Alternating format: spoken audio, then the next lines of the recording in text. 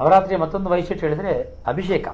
ಅಭಿಷೇಕ ಎಲ್ಲ ದಿವಸವೂ ಒಂದೇ ಅಭಿಷೇಕ ದೇವರಿಗೆ. ಬೆಳಿಗ್ಗೆ ಅಭಿಷೇಕ ಆಗಿ ಅಲಂಕಾರ ಬಿಟ್ಟು ರಾತ್ರಿವರೆಗೂ ದೇವರು ನೋಡ್ಬೋದು.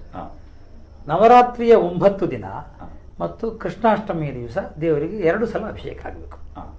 ಮಧ್ಯಾಹ್ನಕ್ಕಾದಂತಹ ಅಲಂಕಾರವನ್ನು ತೆಗೆದು ದೇವರಿಗೆ ನೀರಿನ ಅಭಿಷೇಕ ಮಾಡಿ, ದೇವರ ನಂದಿನಿದ್ದು ಪಂಚಾಮೃತ ಅಭಿಷೇಕ ಮಾಡಿ ಪುನಃ ಅಲಂಕಾರ ಮಾಡಬೇಕು. 9ನೇ ದಿವಸ ಮಹಾರಂಗಪೂಜೆ ಅಂತ ದೇವರದ್ದು ಒಂದು ಮಾತ್ರ ರಂಗಪೂಜೆ. ಆ ರಂಗಪೂಜೆಗೆ ಸುಮಾರು ಒಂದು 500ರಿಂದ 600 ಆರತಿಗಳಿರ್ತದೆ. ಒಂದಷ್ಟು ಸಾಧಾರಣ 200ಕ್ಕಿಂತ ಮೇಲೆ ಹರಿವಾಣಗಳಿರ್ತದೆ.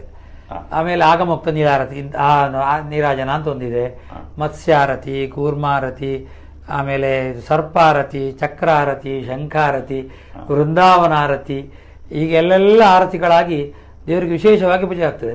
ದೇವರು ಆ ದಿವಸ ರಂಗಪೂಜೆಗೆ ಸ್ನಾನ ಮಾಡುವ ಮೊದಲು ದೇವರಿಗೆ ಕೈ ಮುರಿದ ಸ್ನಾನಕ್ಕೆ ಹೋಗಬೇಕು. ಯಾಕೆ ಹೇಳಿದ್ರೆ ಕಟೀಲಿನಲ್ಲಿ